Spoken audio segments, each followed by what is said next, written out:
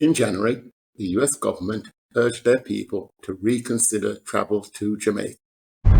The healthcare ministry says the recent U.S. travel advisory has created a negative impact on the country's health system on the international scene. The advisory issued on Tuesday urged U.S. citizens to reconsider travel to Jamaica due to crime and medical services. Americans were told that emergency services and hospital care vary throughout Jamaica, and response times and quality of care may vary from U.S. standards. The U.S. government says public hospitals in Jamaica are under-resourced and cannot always provide high-level or specialized care. Many question the timing, which was during the high season, and the Jamaican government and its cronies blamed a group of patriots in the diaspora. If the US was upset with Jamaica, you are looking at the most likely culprit, the Minister of Foreign Affairs. In January, she welcomed the Chinese Foreign Minister to the island, and needless to say that Washington was paying close attention to their foe being in their so-called backyard.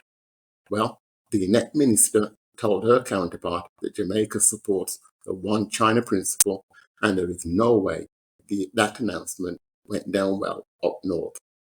If anyone is to blame, it is the foreign minister who is completely out of her depth, but as the role because her late father was a diplomat.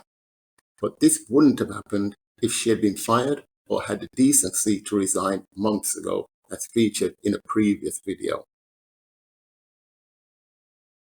So, were the contents of the advisory unfair? Here is what the Minister of Health had to say. Health Minister Dr. Christopher Tufton says the issues in the health sector cannot be looked at in a silo. The issue is a lot more complex than it appears in a release or an advisory. The solution can't be that we must do more. The solution has to recognize why there is an inadequacy to the extent that there is, and how collaboration between public, private, and indeed between jurisdictions can address that inadequacy. And it holds true for Jamaica as it does for many other small island states. He said, quote, "The issue is more complex than it appears. It is not. Healthcare costs money, and treacherous parliamentarians underfund it because they do not rely on it. When they, friends and family get a scratch, they're off to Miami General or Jackson Memorial Hospitals. The most likely reason for a tourist to require emergency medical attention is due to a traffic accident. Our roads are far from safe. Most are free streetlights, including the 2 new highways, and when you add speeding and a lack of basic road etiquette, you're looking at death traps. There are approaching 500 fatalities annually and thousands of accidents, so emergency response services are critical." Here is what visiting Dr. Dixon had to say on the matter. We're speaking about the EMS situation in Jamaica. As Katisha Dillon, the paramedic from New York City, just explained that we have an issue here with emergency medical services. It's not an emergency service by any means. It doesn't move, as far as we're concerned, as rapid as it should, and the main reason for that is that we didn't have enough transport vehicles, or whatever it's vehicles and personnel, to move patients to the hospital in a timely manner. Every health fair we go to, we find instances where people need immediate medical care, and it's compromised because we have to wait to see how soon we can have an emergency medical vehicle to transport these patients there. And it really brings tears to our heart. Currently we have an ambulance that's been brought into the country, and we're waiting for clearance of that ambulance. And we're told we have to pay $20,000 to clear this ambulance to work in the public sector. And when I said the public sector, I mean the public sector. Unbelievable. In case you think you misheard Dr. Dixon, here it is again. And it really brings tears to our heart. Currently we have an ambulance that's been brought into the country, and we're waiting for clearance of that ambulance. And we're told we have to pay $20,000 to clear this ambulance. Is that the action of a government that claims to have delivered prosperity? Does that sound like a government which cares about the well-being of anyone, including visitors? This is not the first time. In 2017, we had 33 working ambulances, but a donated vehicle sat in customs for more than a year. because the government wanted 40 grand in taxes. It is not complex stuff. Your mob simply do not care. Here are a few words from Dr. Dixon's colleague, paramedic Katisha Dillon. The patient that Dr. Dixon just spoke about. So the update from the 119 call is that the patient should be put in a taxi and brought to the hospital. Okay. Now that's unacceptable. Right? So the person who made the call asked what other options there are, and they were given a number to call a private ambulance. Now patients in rural communities don't have the money. That's right. Right? So I said it when you interviewed me the first time. Healthcare is a right. It's not a privilege.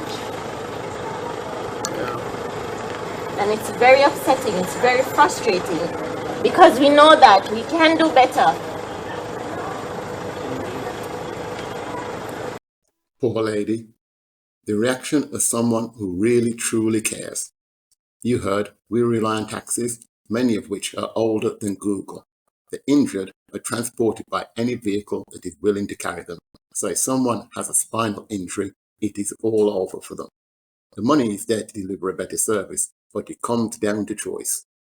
The PM talks about improving worker productivity, but doesn't see investment in healthcare as a factor to improve it.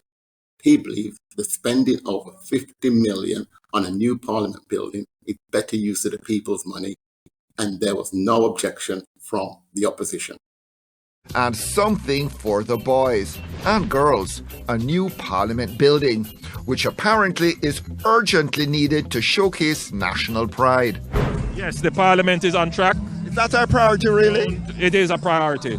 I would quickly say to those who would want to say it is not a priority, the ability of our politics to function properly, to have the meetings for oversight, which we all complain about, to have the facilities to properly capture and record our debates, for example, to save those for posterity, to ensure that our members can conduct themselves appropriately.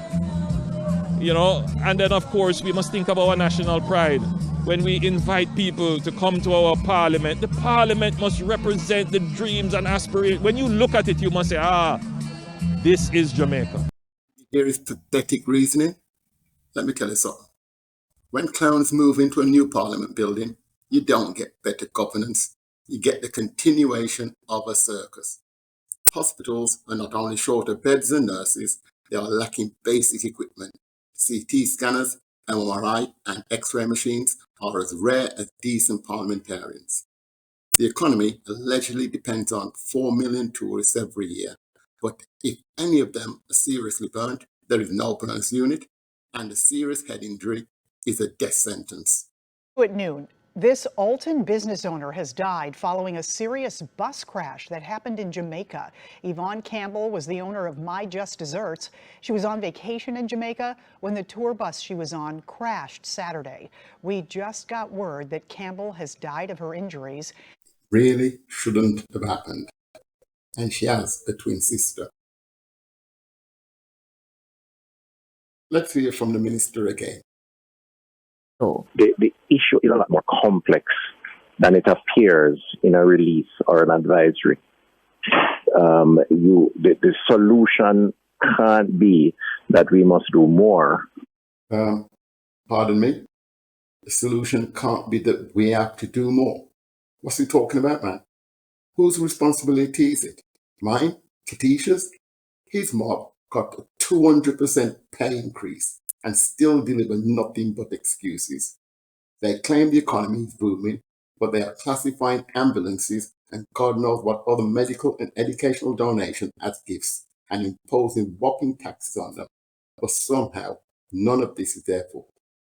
This is what goes on in a banana republic. They just don't care, man. They don't care. Their comforts are of paramount importance.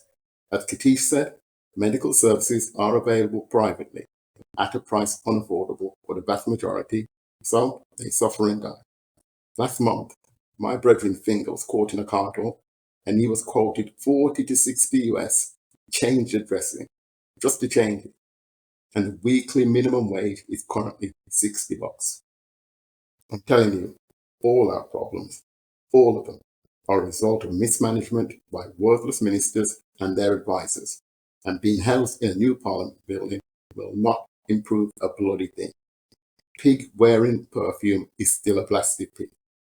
Underfunding is a choice, but the PM wants more tourism without a reasonable health service, which should be a prerequisite. Don't be fooled by their crap. Underfunding healthcare is a choice. Tax revenues build and run countries, but the Jamaican Labour Party and the People's National Party have created an economy dependent on the service sector, and a vast majority of the workers do not earn enough to pay income tax. They have also delivered electricity rates amongst the highest in the world, which has killed manufacturing and reduces corporation tax revenues. In addition, around $150 million US would be available if all state-owned infrastructure was off the grid. There are solutions, but to get them implemented, we need to have a national day of protest to spread awareness, and we need independence in Parliament to get renewable energy projects implemented in their constituencies. I plan to run. So let me know your thoughts in the comments, and please sign and circulate the petition in the description. Thank you.